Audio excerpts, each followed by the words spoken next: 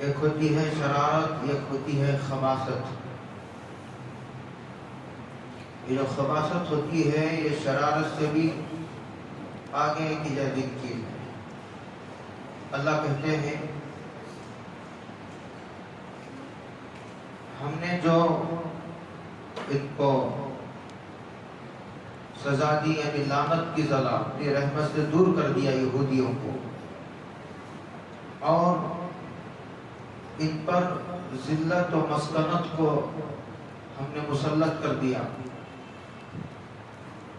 اور ان کو مسخ کر دیا ہم نے۔ سورہ بقرہ میں آیا ہے کہ یہودیوں کی جماعت کو اللہ تعالیٰ نے مسخ کر دیا۔ کہتے ہیں کیوں کیا ہم نے ایسا؟ ان کے اللہ تعالیٰ سے انہوں نے جو وعدہ کیا تھا، معاہدہ کیا تھا، اسے انہوں نے توڑ دیا۔ انہوں نے اللہ کی بھی پرواہ نہیں کی۔ ایک بڑا آدمی کوئی حکم دے، اگرچہ کہ پہلے سے کوئی معاہدہ نہیں ہے، تو اس کی عظمت کا تقاضا یہ ہے کہ آدمی اس پر عمل کرے۔ یہاں تو صرف حکم نہیں تھا، بلکہ پہلے سے معاہدہ تھا کہ آپ کتاب نازل کیجیے، ہم احکامات پر عمل کریں گے۔ یہ وعدہ کرنے کے بعد انہوں نے توڑ دیا۔ اس کا مطلب یہ ہے کہ ان کے دلوں میں اللہ کی رتی بھر کوئی عظمت باقی نہیں رہی تھی۔ یہ ہے وجہ، اس کی اصل وجہ۔ آدمی کسی کے معاہدوں کو اس وقت توڑتا ہے جب سامنے والے کی پرواہ نہیں ہوتی۔ دل میں یہ پیسے کی کوئی عزت و عظمت جب نہیں ہوتی تو آدمی سامنے والے کے وعدے کو، سامنے والے سے اس نے جو معاہدہ کیا ہے اسے توڑتے ہوئے تھوڑی بھی جھجک نہیں محسوس کرتا۔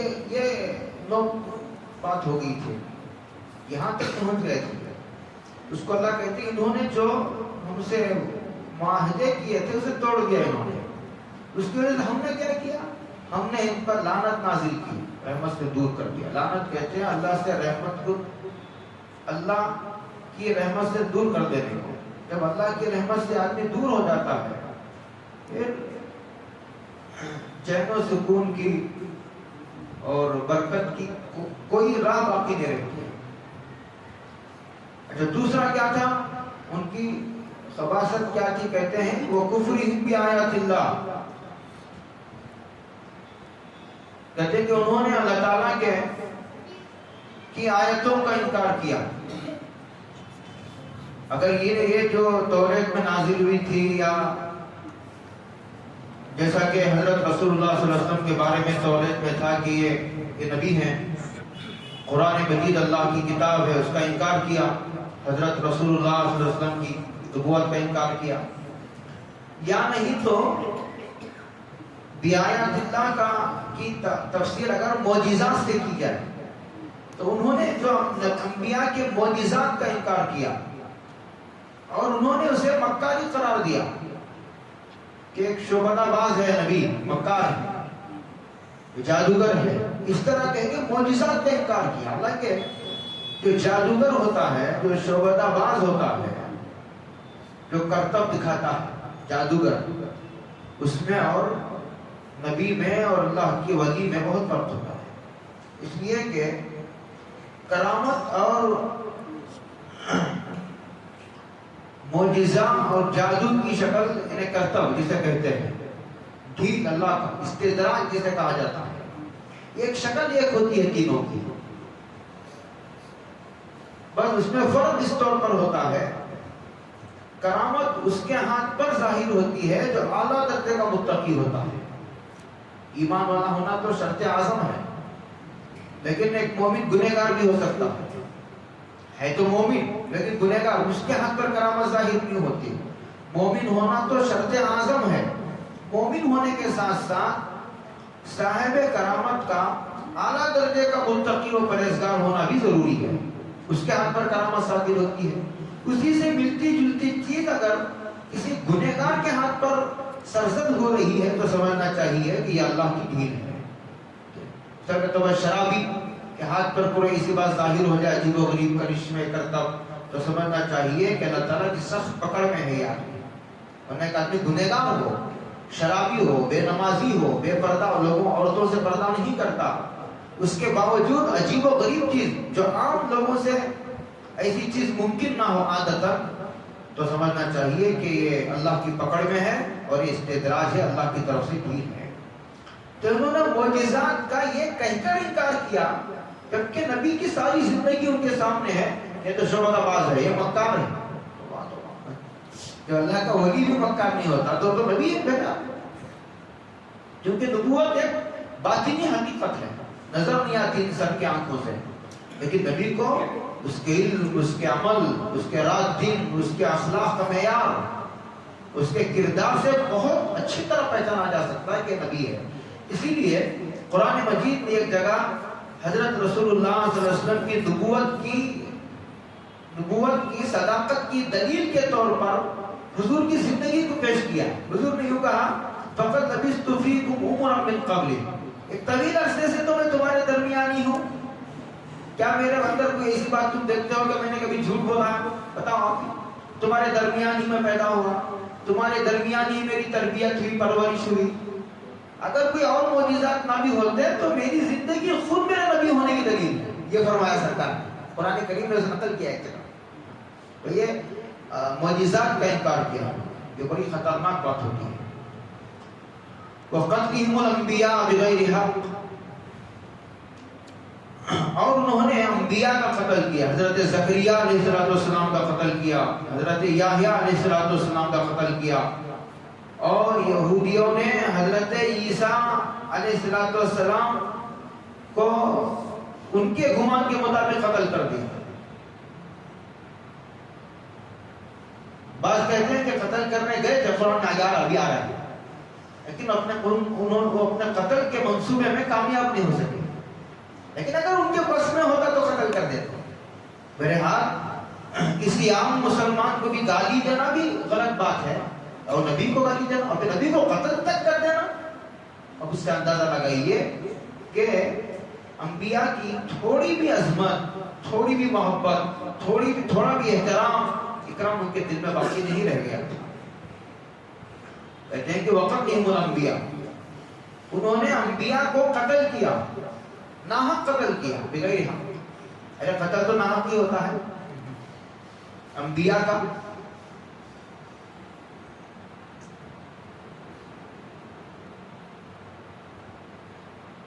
انبیاء کو انہوں نے قتل کیا. انبیاء کا قتل کفر ہے.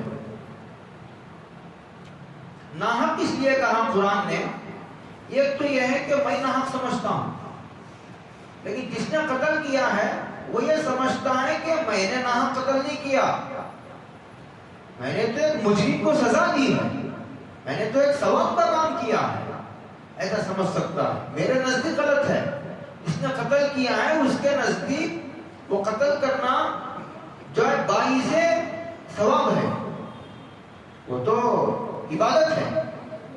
لیکن قرآن کہتا ہے انہوں نے انبیاء کا قتل کیا جبکہ وہ بھی اسے ناحق مانتے تھے. یہ ہے کمال کی بات. بغیر حق، اسے خود بھی آدمی ناحق سمجھے اور دشمنی میں، حسد کی آگ میں جلتے ہوئے اور غائب درجے اناد اور دشمنی کی وجہ سے قتل کر دینا. اندازہ لگائیے نبی سے دشمنی تو کفر ہے. تو کفر کے لیے ایک دلیل ہے. اور قولہم، اشارے کہتے ہیں کہ یہ ساری ان کی برائیاں ہیں جس کی وجہ سے ہم نے ان پر لعنت نازل کی، ہم نے ان کو ملعون قرار دیا. لعناہم وجعلنا قلوبہم قاسیہ، ہم نے ان کے دلوں کو سخت کر دیا. قرآن کہتا ہے یہ اسی قماصتوں شرارتوں کی وجہ سے. ہم کوئی ظالم نہیں تھے، انہوں نے خود مجبور کیا ہم کو ایسا کرنے کا. اللہ کہتا ہے ہم نے تو ان کو موقع دیا تھا سمجھنے کا، اور ان پر ذلت کو مسلط کر دیا، ان پر ہم نے غریبی کو مسلط کر دیا، اور ہم نے ان کو مسخ کر دیا. اور یہ جو ان کا قول یہ تھا، ان کی شرارت یہ تھی، وہ جب دین پیش کیا جاتا تھا تو وہ یہ کہتے تھے وَقَوْلِهِمْ قُلُوبُنَا غُلْفٌ، کہ ہمارے دل تو محفوظ ہیں، ہمارے دل محفوظ ہیں، ایک ڈبے میں پیاک ہیں۔ آپ دوسرے مذہب کی کوئی بات اندر جانے کی کوئی سبیل نہیں ہے۔ جب پیاک ہے، باہر کی چیز اندر نہیں آتی، اندر کی چیز باہر نہیں آتی، اور باہر کی چیز اندر نہیں جا سکتی۔ پانی ہے بوتل میں، اندر کا پانی باہر نہیں آ سکتا، اور باہر کی چیز کوئی اندر نہیں جا سکتی، اس لیے کہ پیاک ہے۔ کہتے اسی طرح ہمارے دل بھی محفوظ ہیں، پیاک ہے ڈبے میں۔ یہ جو تم دین پیش کرتے ہو، حضور کو کہتے تھے، یہ ہمارے اندر جانے کا کوئی راستہ نہیں ہے، یہ کہتے تھے۔ ہمارے دین محفوظ ہے، چونکہ تمہارا دین غلط ہے، اس لیے وہ اندر جانے کا کوئی راستہ باقی نہیں ہے۔ اللہ نے ہمارے دلوں کو محفوظ کر رکھا ہے۔ اللہ کہتے ہیں بل تب یہ جھوٹے ہیں اپنے اس قول میں، یہ اپنے اس قول میں جھوٹے ہیں۔ بل طبع اللہ علیہا بکفرہم، بلکہ یہ تو ان کے مسلسل کفر کی سزا ہے۔ آدمی صبح میں راستے سے ہٹ گیا، شام کو واپس آ گیا، تو اسے صبح کا بھولا شام گھر آ گیا تو اسے بھٹکا ہوا نہیں کہتے۔ کہتے ہیں ہم نے در حقیقت ان کے مسلسل کفر کی وجہ سے، کفر پر بصیر ہونے کی وجہ سے ہم نے سیل کر دیا ہے۔ اب حق اندر نہیں جاتا اور باطل باہر نکلنے کا کوئی راستہ نہیں۔ یہ سزا ہے، یہ انکار کی سزا ہے۔ اسی لیے جب کوئی حق بات سامنے آتی ہے تو آدمی کو تسلی سے خالی ذہن ہو کر کے غور کرنا چاہیے، کہیں ایسا نہ ہو کہ مسلسل انکار کی وجہ سے حق قبول کرنے کی جو استعداد اللہ تعالیٰ نے انسانی فطرت میں رکھی ہے، وہ استعداد ہی سلب کر لی جائے۔ وہ مسلسل انکار کی وجہ سے الف لام میم کے جو ہے ایک آیت کے تفسیر میں نے اسے بڑی تفصیل سے عرض کیا، بل طبع اللہ علیہا بکفرہم فلا یؤمنون الا قلیلا۔ کہتے ہیں کہ وہ ایمان نہیں لاتے مگر تھوڑا سا ایمان لاتے ہیں۔ موسیٰ کو مانے، عیسیٰ کو نہیں مانتے۔ زکریا علیہ السلام کو قتل کر دیا، حضرت یحییٰ کو قتل کر دیا، حضرت عیسیٰ کے قتل کرنے کے در پہ ہو گئے کہ یہ بھی کوئی ایمان ہے؟ ایک نبی کو مان کر کئی انبیاء کو نہیں مانتے۔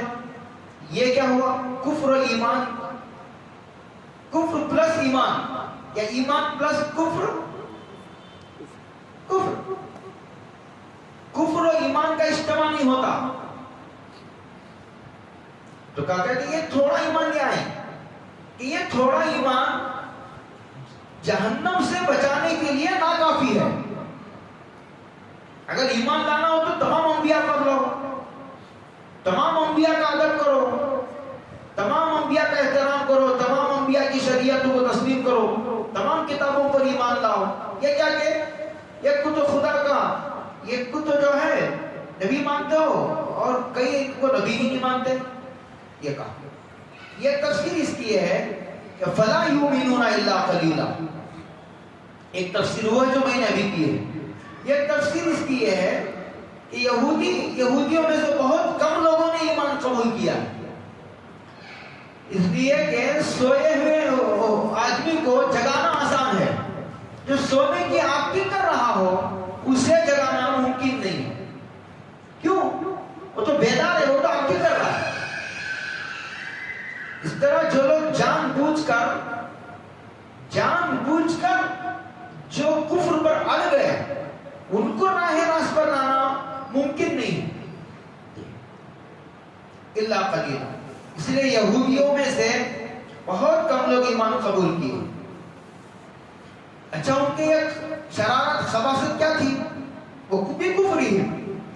انہوں نے حضرت عیسیٰ کی نبوت کا انکار کیا تھا۔ یہاں خاص طور سے ان کا انکار ہے، اسی کا ذکر ہے۔ ان کو نبی ہی نہیں مانتے۔ یہودی تو حضرت عیسیٰ کو نبی ہی نہیں مانتے، قتل کرنے کے لیے قتل کر گئے آگے.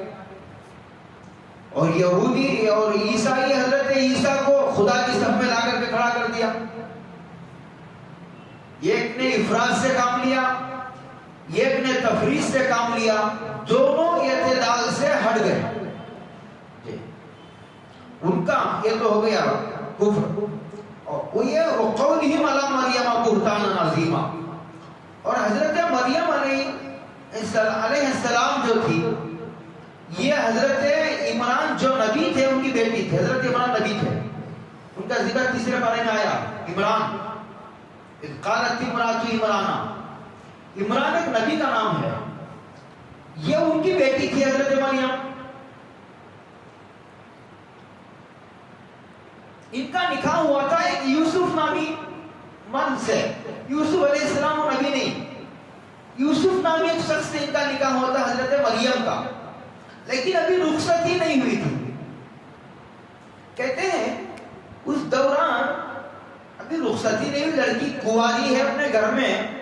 حضرت عیسیٰ پیدا ہوئے حضرت مریم کے پیٹ سے. حضرت جبریل نے ان کے گریبان میں پھونک ماری, حمل ٹھہر گیا. اور پھر حضرت عیسیٰ کی پیدائش عام جو اللہ تعالیٰ کی سنت ہے اس سے ہٹ کر ہوئی.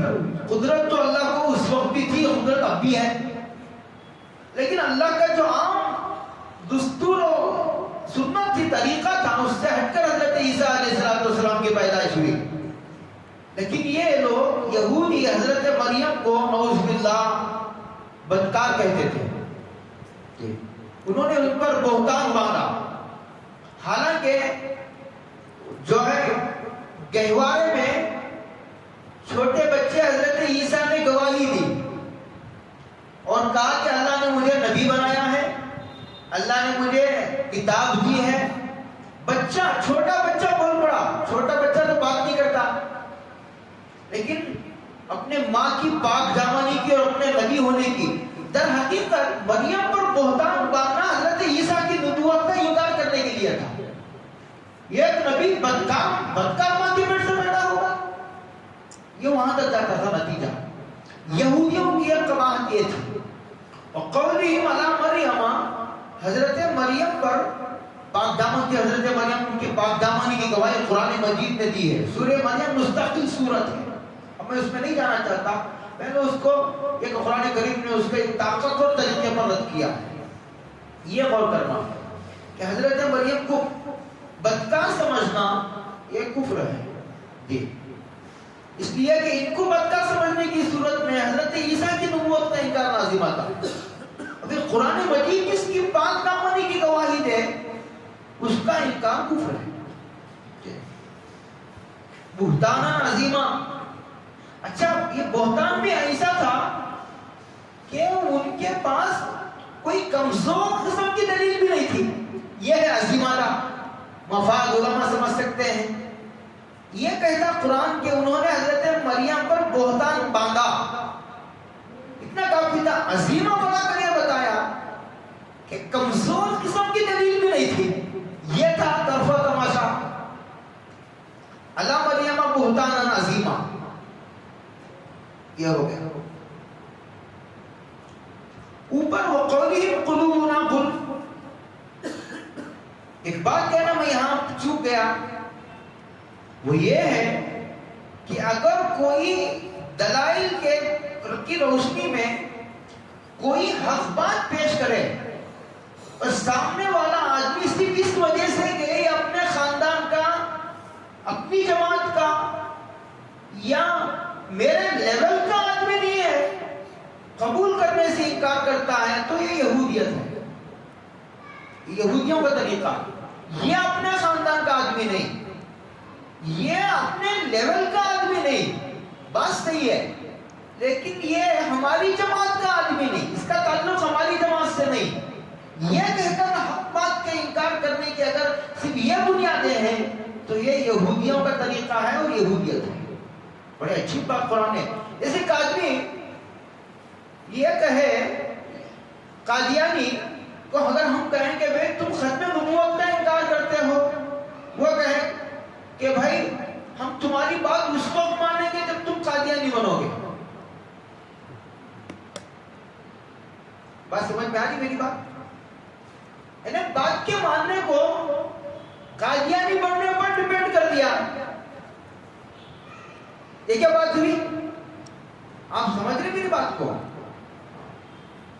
بات دلائل کی روشنی میں ہوتی ہے.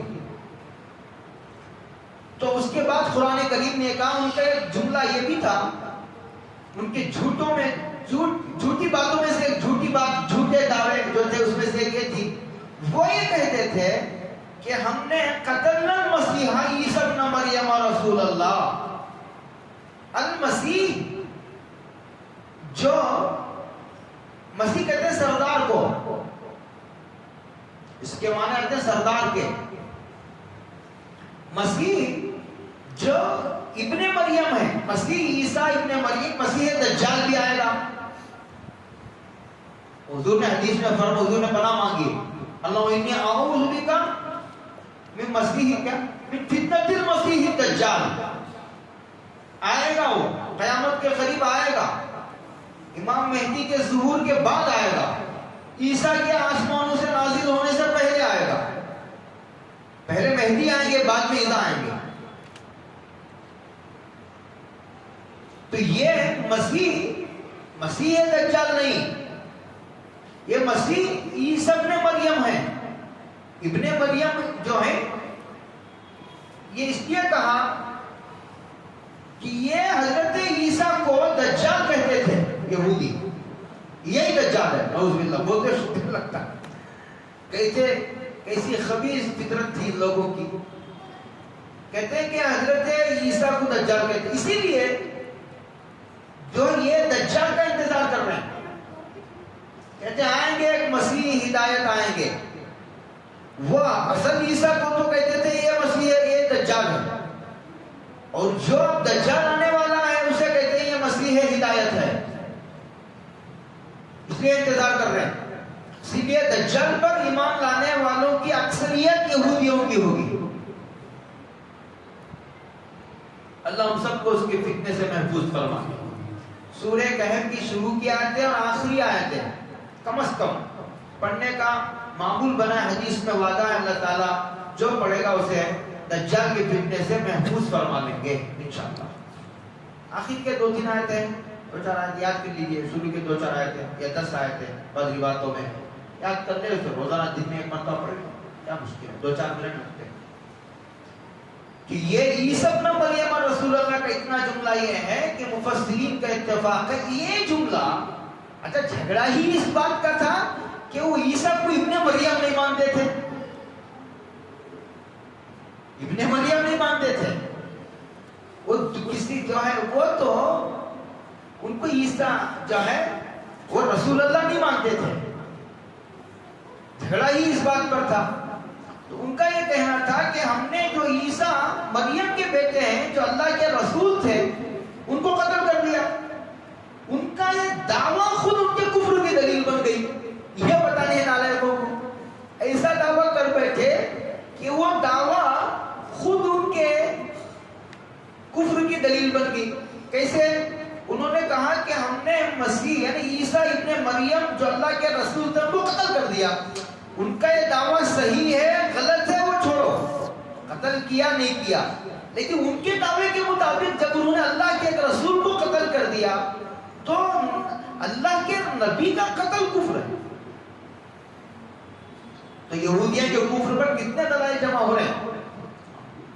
آگے قرآن کہتا ہوں کہ اس دعوے کو نقل کرنے کے بعد کہتا وما قتلوہ، قتل وتل کچھ نہیں کیا، یہ اپنے اس دعوے میں جھوٹے ہیں، قتل نہیں کیا. وما صلبوا، قتل تو کیا کرتے، سولی پر بھی نہیں چڑھایا. آپ کو سمجھانا ذرا مجھے مشکل ہوگا.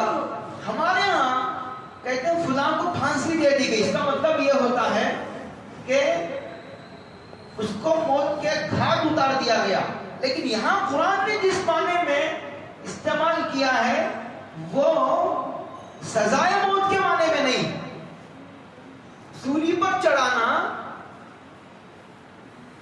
یہ اس بات کی علامت نہیں ہے کہ اس کو جان سے مار دیا گیا، نہیں.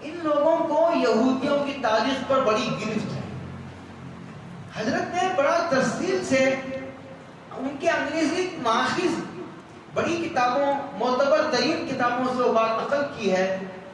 اس میں بڑا لمبی تاریخی انہوں نے دلائل جمع کی ہے. وہاں دیکھ لیجئے تفسیر ماجدی میں جہاں یہ آیت ہے، شمعون کرینی نام کا ایک آدمی تھا، اس نے جو پولیس تھی وہ حضرت عیسیٰ کو نہیں پہچانتی تھی، اس نے کہ حکومت رومیوں کی تھی، اور حضرت عیسیٰ عام لوگوں سے ملتے کم تھے. حضرت عیسیٰ عام پبلک جلدی کی اکثریت حضرت عیسیٰ کو نہیں پہچانتی تھی، اور پولیس وغیرہ جو تھے وہ تو رومی تھے، وہ بھی نہیں پہچانتے تھے. اور جب قید کر کے حضرت عیسیٰ کو لایا گیا، اچھا اس کا اصول یہ تھا اس وقت کہ وہ جو یہ سولی کا وہ جو یہ ہوتا ہے وہ ٹی کی طرح ہوتا ہے. انگریزی کا جو ٹی ہوتا ہے نا سولی کا، لیکن بالکل لمبی جو ہے وہ لکڑی کھڑی کی جاتی تھی، اور عدالت سے بہت دور وہ لکڑی کھڑی کی جاتی تھی. جہاں پھانسی دینا ہو وہ بستی سے ہٹ کر تھا، وہاں تک جو عدالت تھی وہاں سے وہ جو چوڑائی میں رکھے جانے والا جو تختہ ہوتا ہے وہ رکھیں گے تو نہ ٹی بنے گا، اسی پر پھانسی دی جاتی ہے. وہ تختہ عدالت سے پھانسی گاہ تک وہ مجرم کو لے کر آنا پڑتا تھا. جو مجرم ہوتا تھا وہ کیا واقعہ پیش آیا اس کی بڑی تفصیل انہوں نے لکھی ہے، آپ دیکھیے ہم آپ کو اندازہ ہوگا. وہ جو شمعون نامی تھا بیچارہ وہ مجرم نہیں تھا،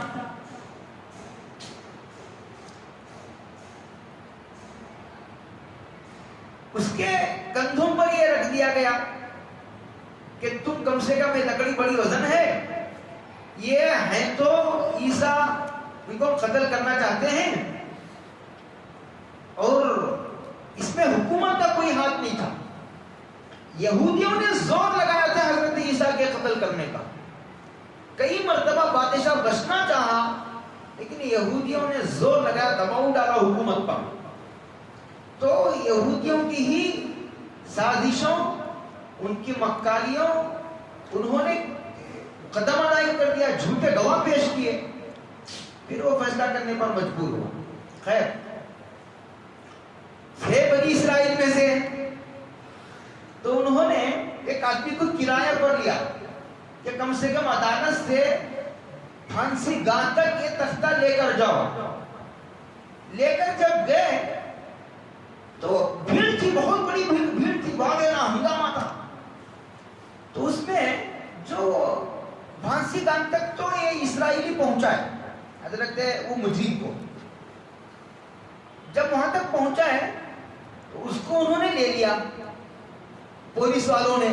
اس کے آگے کا کام ان کا تھا، جلادوں کا، اور جلاد پہچانتے نہیں تھے شمعون کون ہے، عیسیٰ کون ہے. شمعون چیخیں مارتا رہا لیکن اسے پھانسی پر چڑھا دیا.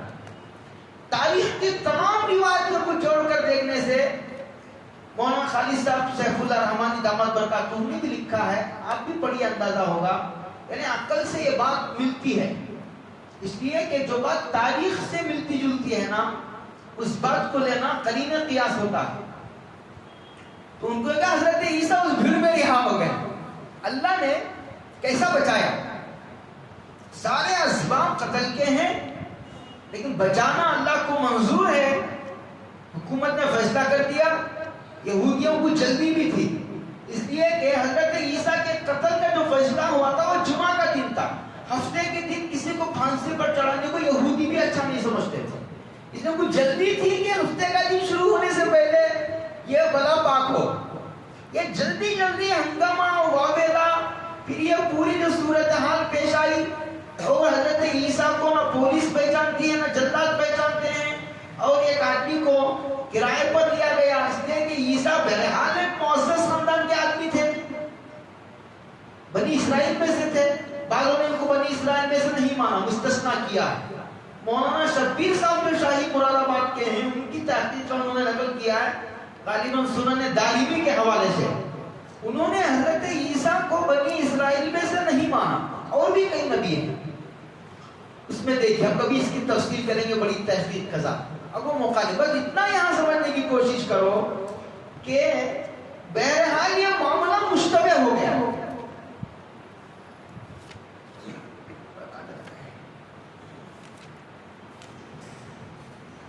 اللہ کی بھی دیکھیے کہ بندہ اپنی قدرت کا مظاہرہ اور مشاہدہ کراتے ہیں تو کیسے دشمنوں کے درمیان رکھ کر بچانے کی کیسے سبیل کی جا رہی ہے. انہوں نے نہ قتل کیا, قتل تو کیا کرتے ہیں سولی کے تختے تک بھی چڑھانے میں کامیاب نہیں ہو سکے. ولیکن شبیہ لہم, لیکن معاملہ مشتبہ ہو گیا. وہ یہ سمجھتے رہے کہ عیسیٰ قتل ہو گئے, عیسیٰ قتل ہو گئے تو ہمارا آدمی کہاں گیا, ہمارا آدمی قتل ہوا تو عیسیٰ کہاں گئے. یہ معاملہ مشتبہ ہو گیا. اور یہاں جو پکڑ کر لائے تھے وہ پوری تاریخ کا اگر جو ہوگا 2-3 صفحے کی لمبی ہے وہ تحقیق, میں انشاءاللہ پھر لے کے کبھی سنا ہی دوں گا. اس طرح مشتبہ ہو گیا معاملہ کرے. وَإِنَّ الَّذِينَ اخْتَلَفُوا فِيهِ لَفِي شَكٍّ مِّنْهُ, اور جو لوگ اختلاف کر رہے تھے, یہودی تو یہ کہہ رہے تھے کہ انہوں نے قتل کر دیا, سولی پر چڑھا دی, اور یہ سمجھ رہے تھے کہ ہم نے ان کو ذلیل کیا.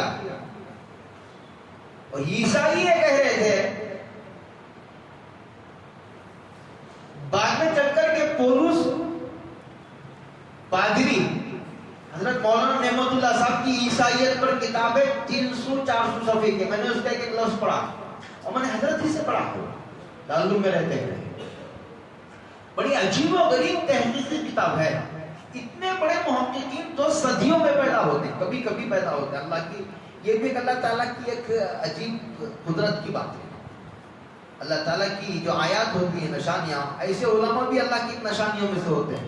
اتنے بڑے بڑے محقق ہیں, انہوں نے اس میں بڑے اچھی تفصیل کی ہے. اب دیکھیے پورا نقشہ تو مجھے آپ نے بہت پہلے 15-17 سال پہلے پڑھی ہوئی ہے میں کتاب. اس کا یہ پوری اب جو عیسائیت چل رہی ہے وہ اس عقیدے کے بیس پر چل رہی ہے کہ حضرت عیسیٰ کو مقتول مانا جائے کہ ان کا قتل ہوا. لیکن یہ قتل یہ ذلیل کرنے کے لیے نہیں ہوا. یہ جو قتل حضرت عیسیٰ کا ہوا یہ پوری انسانیت کی طرف سے کفارے کے طور پر ہوا. جی بھائی ان کا عقیدہ اختلاف رہا, کہتے ہیں سب شک میں ہے. مَالَهُ بِهِ مِنْ عِلْمٍ, ان کے پاس کوئی علم نہیں, یقینی کوئی دلیل نہیں.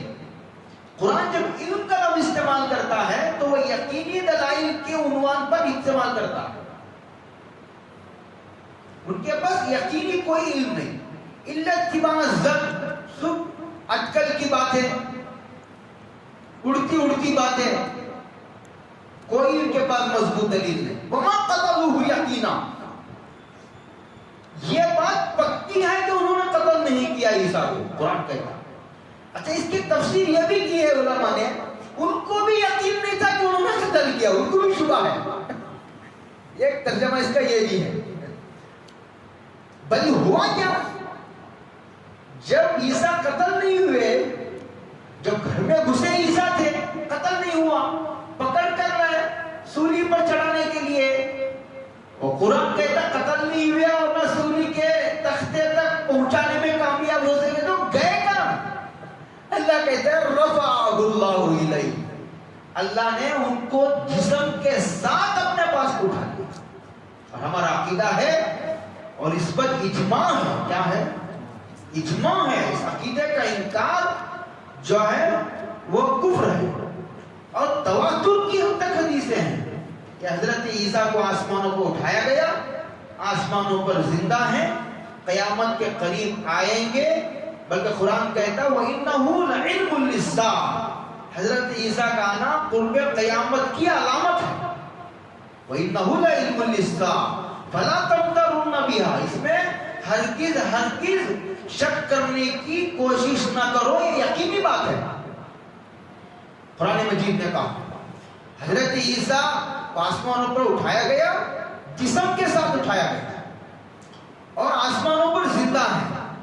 مہدی کے آنے کے بعد حضرت عیسیٰ اس دنیا میں آئیں گے اور دجال کو یہ جو لد ہے نا لد، یہ جو اسرائیل ہے اس کے ایئرپورٹ کا نام لد ہے، وہاں دجال کو قتل کریں گے حضرت عیسیٰ، پھر اس کے بعد نکاح کریں گے، اس کے بعد بھی کئی سال تک حضرت عیسیٰ رہیں گے، پھر مدینے میں حضرت رسول اللہ صلی اللہ علیہ وسلم کا جہاں روضہ ہے اس میں دفن ہوں گے۔ امام مہدی تو بیت المقدس میں دفن ہوں گے، لیکن حضرت عیسیٰ مدینے میں دفن ہوں گے۔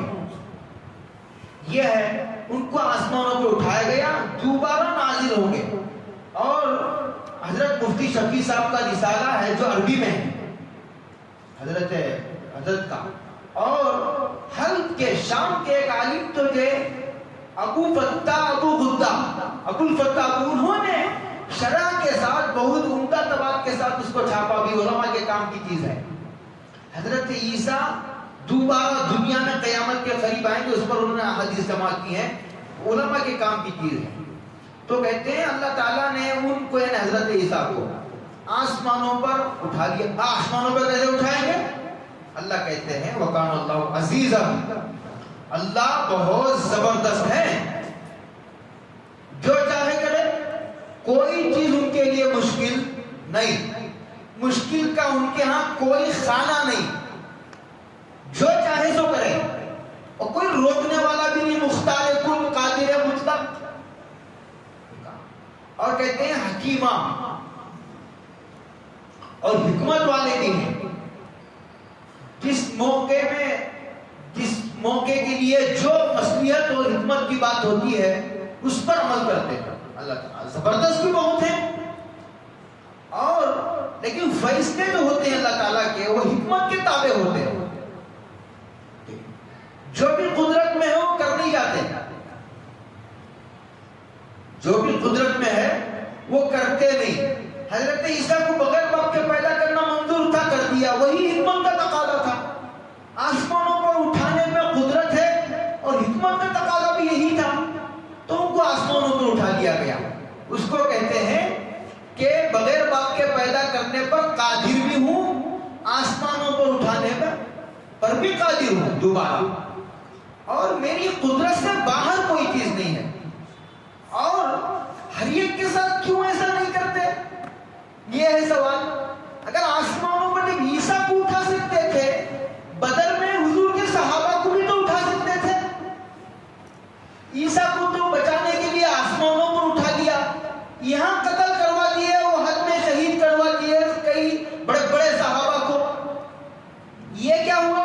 کہتا ہے نہیں، اس وقت کی حکمت کا وہی تقاضا تھا اور اس وقت کی حکمت کا یہی تقاضا۔ اس کو کہتے ہیں اس وقت بھی وہ حد میں بھی صحابہ سے بچانا، صحابہ کو بچانا ہماری قدرت سے باہر کی بات نہیں تھی، لیکن ہماری مصلحت اور حکمت کا وہ تقاضا نہیں تھا، ورنہ ہم اس وقت بھی بے بس اور مجبور نہیں تھے، کیسی بلکہ چچی دلی گفتگو میں کہیں شبہ نہیں تھا۔ اللہ عمل کی توفیق عطا فرمائے۔